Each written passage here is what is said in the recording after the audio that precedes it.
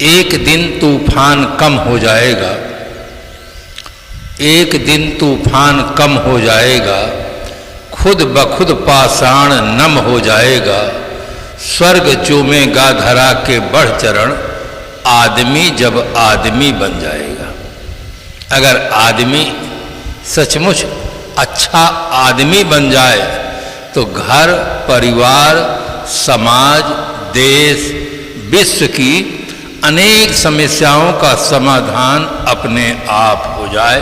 अगर आदमी अच्छा आदमी बन जाए तो आज इसकी बहुत बड़ी आवश्यकता है कि आदमी अच्छा आदमी बने। Be good and do good. अच्छा बनो और अच्छा करो। जीवन में धर्म, भक्ति और कर्म तीनों की महती आवश्यकता। भक्ति भाव से होती है, हृदय प्रधान है, और ज्ञान मस्तिष्क प्रधान है, और कर्म इंद्रिय प्रधान है। हृदय से हम सद्गुरु संतों की उपासना करें, मस्तिष्क से आत्मज्ञान प्राप्त करें, और इंद्रियों से पवित्र कर्म करें। यदि तीनों हमारे जीवन में आ जाते हैं तो जीवन हमारा सत्यम शिवम सुंदरम हो जाता है। अभी धर्म के संबंध में जीयनपुर अयोध्या से पधारे हुए अध्यक्ष साहब से बहुत सुंदर ढंग से आप श्रवण किए हैं। धर्म शब्द संस्कृत में ध्रिय धारणे धातु से बनता है, जिसका अर्थ होता है धारण करना। धर्म एक होता है और संप्रदाय, मजहब, परंपराएं अनेक होती हैं। धर्म शाश्वत होता है, मत, मजहब, परंपराएं बदलती रहती हैं। धर्म भूमि है, मजहब पथ है। पथ बनते भी हैं, मिटते भी हैं, भूमि सदा रहती है। इसलिए साहब ने बड़े उदारता से सही ढंग से चिंतन किया है कि धर्म अपने आप में पूर्ण है। विशेषण लगाने की कोई आवश्यकता नहीं है कि हिंदू, मुस्लिम, ईसाई, पारसी, जैन, बौद्ध ये संप्रदाय है, मजहब है, समाज है, परंपराएं हैं। धर्म नहीं। धर्म अपरिवर्तनशील होता है, मजहब परिवर्तनशील होता है। आश्चर्य तब लगता है जब बड़े बड़े पढ़े लिखे लोग कहते हैं, राजनेता कहते हैं धर्म परिवर्तन हो रहा। धर्म परिवर्तन नहीं होता बंधुओं, मजहब परिवर्तन होता है। मजहब की मान्यताओं में परिवर्तन होता है, मजहब के वेश में परिवर्तन होता है। धर्म तो शाश्वत चीज है। आंख का धर्म है देखना। अगर कोई मुसलमान हिंदू हो गया तो अब कहाँ से देखेगा? पहले आंख से देखते रहा, अब कहाँ से देखेगा? पहले सुख चाहता रहा, अब क्या दुख चाहता है? न इंद्रियों का धर्म बदलता है, न मन का धर्म बदलता है, न आत्मा का धर्म बदलता है। पहले वो सुन्नत कराया था, दाढ़ी रखाता था, अब चोटी रखाने लगा। नाम बदल दिया, नाम बदल दिया, वेश बदल दिया, और पहले मस्जिद में जाता रहा, अब मंदिर में जाने लगा। उपासना बदल गया। पहले अल्लाहु अकबर के जान करता रहा, अब ओम भूर्भुवः कहने लगा। तो मजहब बदला, वेश बदला, उपासना पद्धति बदली, मान्यताएं बदली, किंतु धर्म नहीं बदला। इंद्रियों का धर्म ज्यों का त्यों वैसे रहा, मन का धर्म वैसे रहा सुख शांति पाने का, आत्मा का धर्म ज्ञान है वो भी वैसे रहा। इसलिए धर्म परिवर्तन नहीं होता है, संप्रदाय परिवर्तन होता है, मजहब परिवर्तन होता है, धर्म अपरिवर्तनशील है। धर्म शाश्वत है, सदा रहता है और एक सा रहता है। इसके लिए मनु जी ने बहुत सुंदर परिभाषा दी। धृति ही क्षमा दमो अस्तेयम शौच मिंद्रिय निग्रह धीर विद्या सत्यम क्रोधो दशकम धर्म लक्षणम। धर्म के 10 लक्षण बताए। ईश्वर का उसमें नाम नहीं है, कोई पूजा पाठ कर्मकांड का नाम नहीं है। ऐसे लक्षण दिए हैं जो पूरे विश्व मानव के लिए एक है। धृति का अर्थ सामान्य अर्थ धैर्य होता है। आदमी के मन में यदि विकार उत्पन्न हो, आदमी धैर्य न धारण करे तो एक ही दिन में मारा पीटा जाएगा, जेल के अंदर बंद हो जाएगा। किसान आदमी धैर्य न धारण करे, खेत में बीज डाल दे, रोज निकाल कर देखता रहे जामेगा कि नहीं जमा, कैसा है, कुछ नहीं होने वाला है। कोई के यहाँ पुत्र होता है, धैर्य न धारण करे, चाहे जितना बड़ा डॉक्टर हो, अपने बच्चे को सब इंजेक्शन कैप्सूल खिला करके 1 साल में जवान नहीं बना सकता है। धैर्य धारण करना पड़ेगा।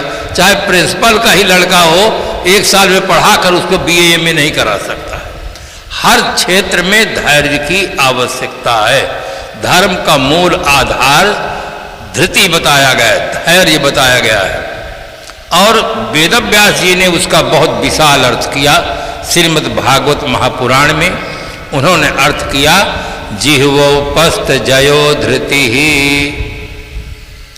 जिह्वा और उपस्थ 2 इंद्रियों पर जय प्राप्त करने का नाम धृति है। आज आदमी जिह्वा पर नियंत्रण नहीं कर पा रहा है तो मछलियों का जीवन खतरे में है, बकरा मुर्गा का जीवन खतरे में है, कबूतर का जीवन खतरे में है। इतना ही नहीं, आदमी का भी जीवन खतरे में है। कई बार होटल में बच्चों की अंगुलियां पाई गई हैं, छोटे छोटे बच्चे को भी पका कर लोग खा जाते हैं।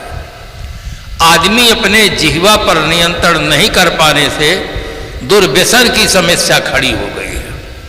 हमारे देश का अरबों खरबों रुपया रोज केवल नशा में चला जा रहा है। तंबाकू से लेकर हीरोइन तक जो नशा फैला हुआ है, कौन खाता है? मानवेतर प्राणी नहीं खाते, कोई, सब आदमी ही खाता है। जिह्वा पर उसको कंट्रोल नहीं है तो उसको नशा करता है। 2 समस्याएं खड़ी हो गई हैं, एक दुर्व्यसन की और दूसरे प्राणियों के जीवन की। वो ये इंद्रिय पर और वाणी पर संयम न होने से घरों में कलह पैदा हो गया। इतना कलह पैदा हो गया है कि घर में अशांत वातावरण है। कुटलेश ने मजाक किया और गड़बड़ रामायण में लिखा, अस प्रभु कृपा करौ यही भांति सास पतोह लड़े दिन राती। हे भगवान, आप ऐसी कृपा करो कि सास और बहू रात दिन लड़े। भगवान को कृपा करने की जरूरत नहीं है। आदमी के अंदर जब अज्ञान होता है, वाणी पर नियंत्रण नहीं होता है, तो ऐसी बात कहता है जिससे जलन पैदा होती है, विरोध पैदा हो जाता है। वाणी के दुरुपयोग से ही महारानी सीता जी के जीवन में बहुत दुख आया। महारानी सीता जी ने, आप वाल्मीकि रामायण पढ़िए, सीता लक्ष्मण जी को इतना खरी खोट कह दिया है कि लक्ष्मण जी सहन नहीं कर सके और चले जाते हैं। रावण को चांस मिल जाता है और महारानी सीता का अपहरण हो जाता है, केवल वाणी के दुरुपयोग से। वाणी के दुरुपयोग से ननद और भौजाई में भी महाभारत छिड़ा रहता है। ननंद का अर्थ होता है ना धन आनंद बराबर ननंद, जिसके संबंध से भावज को कोई आनंद न मिले उसका नाम है ननंद। ननंद CID ऑफिसर होती है, चेक करती है भावज कहाँ बैठती है, क्या खाती है, क्या पीती है, किससे बात करती है, क्या करती है, और सारी रिपोर्ट माँ को देती रहती है। माँ और बेटी एक होकर के भावज के नाक को दम कर लेती है। वो बेचारी अकेले पा करके रो रो करके अपना जीवन बिताती है। किंतु किसी भी समझदार ननंद को अपने भावज के साथ ऐसा दुर्व्यवहार नहीं करना चाहिए, नहीं तो कबीर साहब की साखी याद रहे, कबीर कमाई आपने निष्फल कभी न जाए, अब बोया पेड़ बम्बूल का तो आम कहाँ से खाए। बम्बूल का पेड़ आप लगा दीजिए, चाहे यूरिया खाद डालिए, चाहे गंगा जल से सींचिए, फिर उसमें कभी आम खाने को नहीं मिल सकता है। जो व्यक्ति दूसरे को दुख देता है निश्चित है वो दुख पाता है। चना का बो करके आप गेहूं नहीं काट सकते हैं, दुख दे करके आप सुख नहीं पा सकते हैं। जो ननंद अपने भावज को तकलीफ देती है, दुख देती है, जैसे उसकी शादी होगी ससुराल जाएगी स्पेशल ननंद तैयार मिल जाएगी दुख देने के लिए। इसलिए बड़ी सावधानी के साथ जीवन जीना चाहिए। हर ननंद को चाहिए सोचे हम अपने माता पिता को छोड़कर हमारे घर आई है, उसको इतना प्यार मिलना चाहिए कि अपने माता पिता को भूल सके। और सबसे ज़्यादा विरोध वाणी से ही होता है। वाणी में ऐसी कुछ ताकत है कि आदमी को हंसा भी सकती है, रुला भी सकती है, दोनों क्षमता वाणी में है। इसलिए वाणी पर नियंत्रण होना चाहिए, जिह्वा पर नियंत्रण होना चाहिए। खाने के लिए तो ये मीठा बहुत खाती है, पर बोलने में निरा कड़वे बोलती है। खाने के अनुसार उसको बोलना चाहिए, वाणी में मिठास होना चाहिए। सदगुरु कबीर साहब ने कहा, मधुर वचन है औषधि, कटुक वचन है तीर, श्रवण द्वार होए संचरे, सालय सकल शरीर। जिह्वा पर नियंत्रण रखो, खाने में कोई हिंसात्मक पदार्थ न खाओ। आज बहुत भ्रम फैला दिया गया है, संडे हो या मंडे रोज खाओ अंडे। कितना गलत प्रचार किया जा रहा है। कहते अंडा में बहुत विटामिन होता है। हम कहते हाथी अंडा नहीं खाता, घोड़ा अंडा नहीं खाता है, सांड अंडा नहीं खाता। अंडा खाने वाले लड़ा कर देखो कौन हारता है कौन जीतता है। अगर हाथी पैर रख दे तो खींच के रह जाएगा, मर जाएगा। घोड़ा के साथ दौड़ नहीं सकता है, सांड से लड़ा दो तो भी खत्म हो जाएगा। ये बहुत बड़ा भ्रम फैलाया गया है। कभी किसी आदमी को मछली है, आप अपने बच्चे को थोड़ा सा कुछ लग जाए, ब्लेड लग जाए, चाकू लग जाए, खून निकल आए, तो आपके मन में कितना दर्द होता है। और दूसरे के बच्चों को पका कर खा जाते हैं, कुछ भी दर्द नहीं होता कि हम क्या कर रहे हैं। हमारे देश में अन्न होता है, फल होता है, दूध होता है, साग भाजी होता है, उन चीज़ों को खाओ, हिंसात्मक पदार्थों को मत खाओ। जिह्वा पर कंट्रोल रखो। व्यसन मुक्त आदमी को होना चाहिए और शाकाहारी होना चाहिए। दूसरे पॉइंट पर उन्होंने कहा उपस्थ इंद्रिय पर जय प्राप्त करना चाहिए। जिह्वोपस्थ जयो धृति। आज आदमी अपनी इंद्रियों पर नियंत्रण न करने से अनेक समस्याओं को जन्म दिया है। आज इसकी बहुत बड़ी आवश्यकता है। जैसे हम उदाहरण में दें, लोग ताश खेलते हैं। यहाँ भी कुछ लोग होंगे जो ताश खेलते होंगे गर्मी के दिनों में। लोग कहते हैं अरे साहब क्या करें, टाइम ही नहीं पास होता है, तो टाइम पास के लिए ताश खेलते हैं। खेले बहुत होंगे परंतु कभी सोचे नहीं होंगे कि नहला दहला के बाद 3 फोटो आदमी के होते हैं। उसे गुलाम, बेगम, बादशाह कहते हैं। सोचे नहीं होंगे मनुष्य एक बुद्धिजीवी प्राणी है। खेल के साथ साथ उसे संकेत दिया गया है कि बेगम से जो हार जाता है वो गुलाम होता है, और बेगम से जो जीत जाता है वो बादशाह होता है। गुलाम का जीवन परतंत्र होता है, बादशाह का जीवन स्वतंत्र होता है। अब आप क्या बनना चाहते हैं, आप स्वयं निर्णय लें। हर आदमी को एक ऐसा जीना चाहिए कि इंद्रियों पर नियंत्रण रखे। जैसे आदमी ने अपने लिए साइकिल बनाया है, उसमें ब्रेक है, स्कूटर बनाया उसमें ब्रेक है, मोटर, कार, रेल, वायुयान जितनी गाड़ी अपने लिए बनाया है सब गाड़ी में ब्रेक का प्रयोग किया, और जीवन रूपी गाड़ी में कोई ब्रेक नहीं, बिना ब्रेक के गाड़ी हाँक दिया तो एक्सीडेंट हो गया, जनसंख्या वृद्धि की समस्या पैदा हो गई, अपहरण की समस्या पैदा हो गई, बलात्कार की समस्या पैदा हो गई, और बिना शादी के बच्चे पैदा होने लगे, उसकी समस्या खड़ी हुई। ये समस्या आदमी पैदा किया है, अज्ञान से पैदा किया, भगवान ने नहीं पैदा किया, कलयुग के जमाने ने नहीं पैदा किया है। ये सारी समस्याएं न धरती फोड़ करके निकलती हैं, न पानी की तरह ऊपर से वर्षा होती है। समस्याओं का जन्मदाता आदमी है, इसलिए आदमी की सोच में परिवर्तन होना चाहिए। गांधी जी ने हमें 3 बंदर दिए। एक बंदर दोनों हाथ से दोनों आंख बंद किए हैं, एक बंदर दोनों कान बंद किए हैं, एक बंदर आंख बंद किए हैं, एक कान बंद किए हैं और एक मुंह बंद किए हैं। संकेत देता है कि गलत न देखो, गलत न बोलो और गलत न सुनो। 3 संकेत दिए और तीनों संकेत महत्वपूर्ण हैं। आदमी खराब बोलता है, खराब देखता है, खराब सुनता है तो खराब करता है। एक बंदर गांधी जी और बनाए होते तो बात पूरी हो जाती, अब बात अधूरी रह गई। एक बंदर बनाए होते और वो माथे पर हाथ रखता, आदमी को संकेत देता कि बुरा मत सोचो। जब आदमी बुरा सोचता है तभी बुरा बोलता है, तभी बुरा देखता है, तभी बुरा सुनता है। अगर आदमी की सोच सही हो जाए तो अच्छा देखेगा, अच्छा बोलेगा, अच्छा सुनेगा और अच्छा करेगा। आज इन चीजों की बहुत बड़ी आवश्यकता है।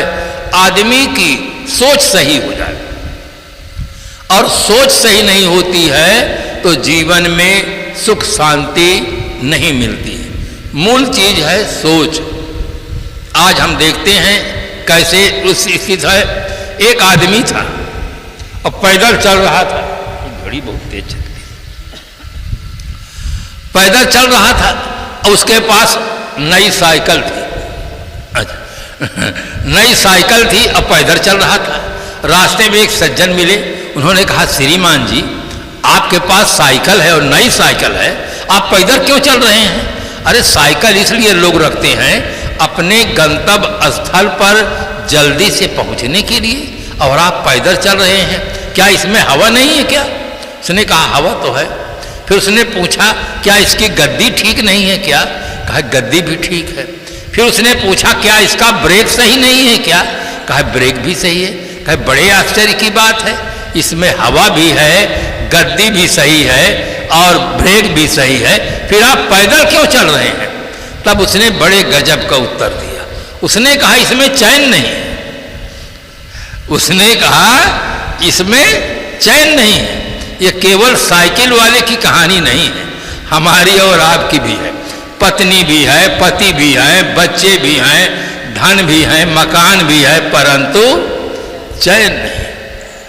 धनवानों के गले में सोने की चैन तो दिखती है, धनवानों के गले में सोने की चैन तो दिखती है, मगर उनके जीवन में चैन नहीं दिखती है। केवल गले में चैन दिखती है, उनके जीवन में चैन नहीं दिखती है। बंधुओं, मानव जीवन वो जीवन है जिस जीवन को पाकर हम चैन से जी सकते हैं। जीने की कला नहीं मालूम है। आप कहें कोई कसौटी बता दे हमको, जीने की कला आती है कि नहीं आती है?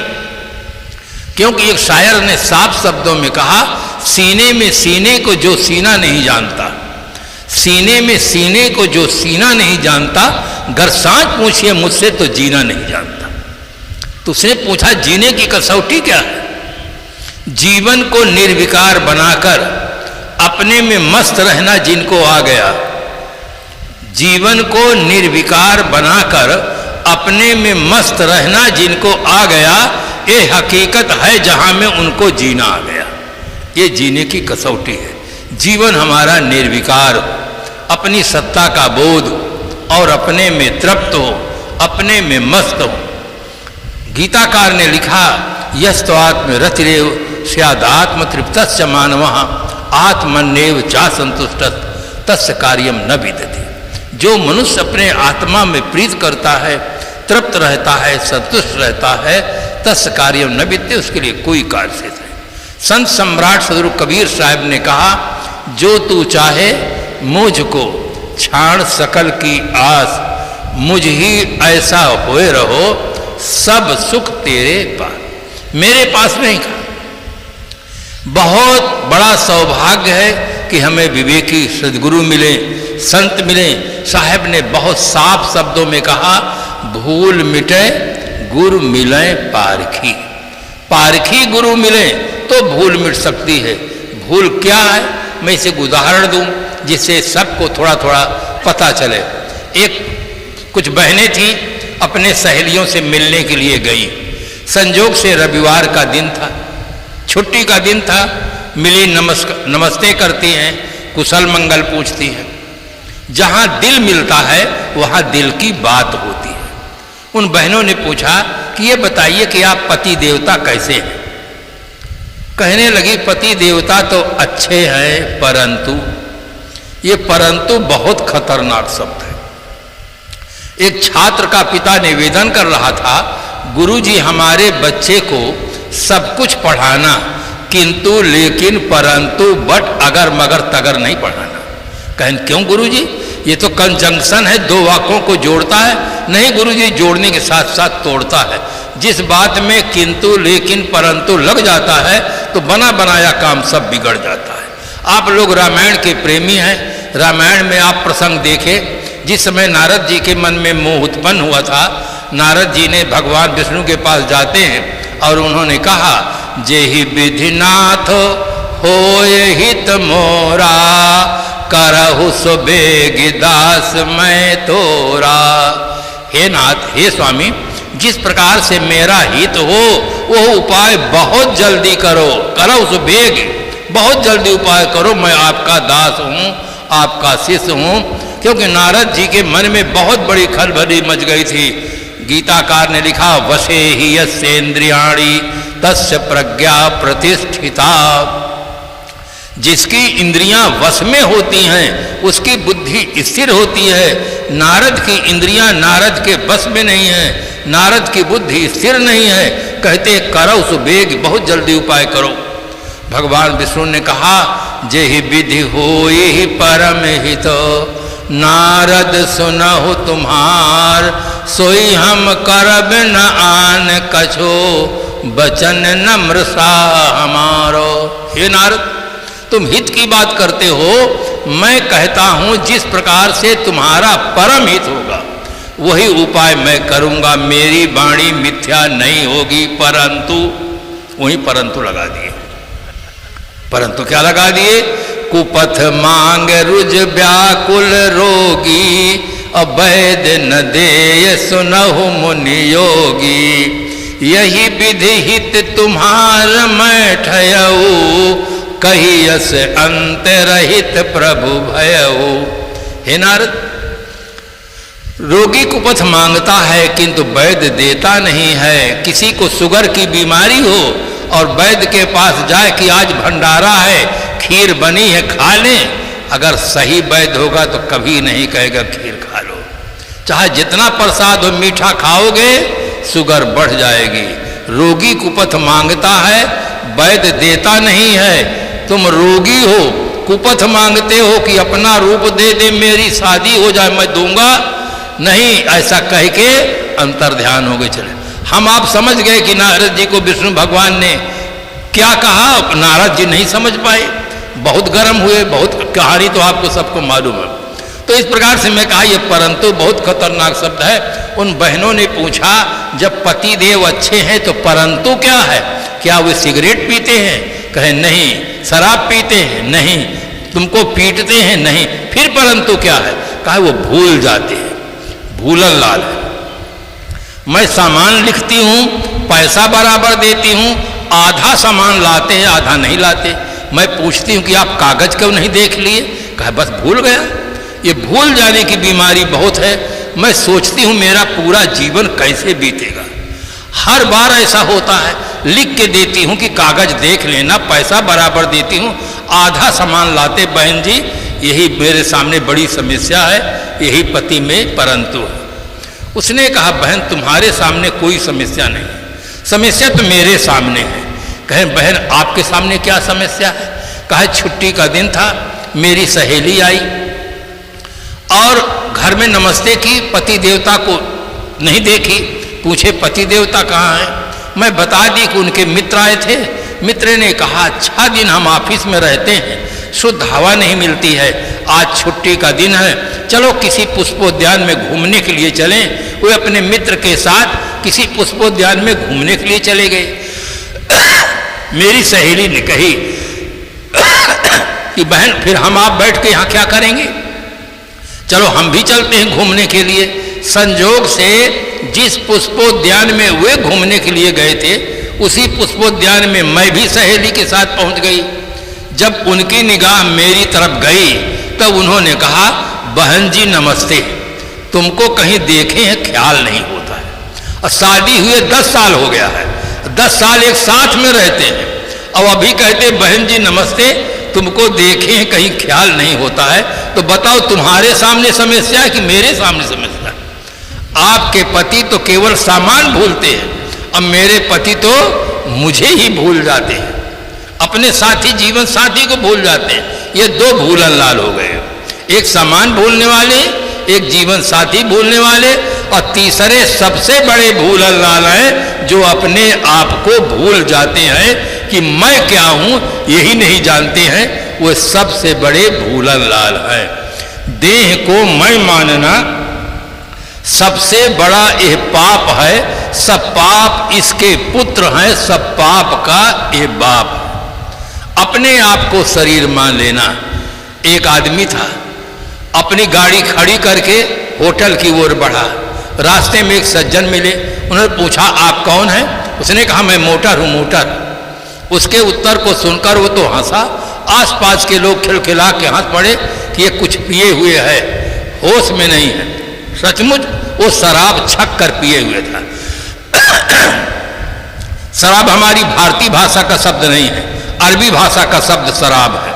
आप कहते हैं पानी को, सर कहते हैं शरारत को। ऐसा पानी जिसके पीने से शरारत पैदा हो, उस पानी का नाम शराब है। जो डूबे हैं गिलासों के पानी में, न उबरे वे जिंदगानी में, लाखों को मरते देखा है इस बंद बोतल के पानी में। शराब पिए हुए था, इतना छक्कर पी लिया था कि उसे होश ही नहीं रहा कि मैं मोटर हूं कि ड्राइवर था। वो ड्राइवर अपने को बता रहा था मैं मोटर हूं। इसी प्रकार से पांचों विषयों का नशा पी करके आदमी बेभान है और अपने को मानता है कि जो दिखता है यही मैं हूं। एड़ी से चोटी तक शरीर दिखता है, मैं शरीर नहीं हूं, शरीर में हूं, शरीर नहीं हूं। मकान में हूं, मकान नहीं हूं। मोटर में हूं, मोटर नहीं हूं। शरीर से भिन्न मैं शरीर का संचालन करने वाला चैतन्य हूं, आत्मा हूं। ऐसा सदगुरु के द्वारा बोध होता है। भूल मिटे गुर मिले पारखी। जन्म जन्म की भूल मिट जाती है अगर पारखी गुरु मिले तो। ज्ञानी और अज्ञानी दोनों भूले। ज्ञानी जो मानता है कि सारा संसार ही मेरा स्वरूप है, सर्वम कल्विदम ब्रह्म, जो कुछ दिखाई देता है चराचर सब मैं हूं, ये भी बड़ी भूल है। सर्वहू को जाने सो तो सर्वहू से न्यारो रहा। सबका जनैया सबसे न्यारा होता है। तो तथाकथित ज्ञानी और अज्ञानी दोनों भूले। दूसरी इससे भी बड़ी भूल है शरीर में सुख मानना, ये उससे भी बड़ी भूल है। शरीर सुख रूप नहीं है, शरीर तो दुख का केंद्र है। शरीर से चेतना निकल जाए, चाहे आदमी जितना सकल का सुंदर हो, जला दिया जाता है या जमीन में दफना दिया जाता है या पानी में छोड़ दिया जाता है। सुख का केंद्र बिंदु शरीर नहीं, चेतना है, आत्मा है। उसका बोध पारखी गुरु मिले तो प्राप्त होता है। इसलिए बोध की बहुत जरूरत है। आज जिसे जीवन गुजर के लिए हमें धन की जरूरत है, इसी प्रकार से पवित्र जीवन जीने के लिए बोध की आवश्यकता है। तो शुरू हुआ था जीवन में भक्ति, ज्ञान और कर्म, तीनों की महती आवश्यकता है। धर्म के संबंध में, मजहब के संबंध में जो जिज्ञासु हों, अच्छी तरह से समझना चाहते हों कि धर्म क्या है, मजहब क्या है और धर्म क्यों आवश्यक है, बुक स्टार में पुस्तक है, उसका नाम है जीवन सौरभ। अनेक मंत्रियों को वो पुस्तक दी गई है भेंट में कि आप लोग पढ़ें, राजनेता हैं, अच्छी तरह से समझें कि मजहब धर्म निरपेक्ष राष्ट्र नहीं हो सकता है, संप्रदाय निरपेक्ष राष्ट्र, संप्रदाय निरपेक्ष जीवन हो सकता है। धर्म के संबंध में फिर चर्चा होगी। घड़ी हमारी बड़ी तेजी से बढ़ गई है, अपनी वाणी को विराम देते हैं। आप सबको बहुत बहुत धन्यवाद।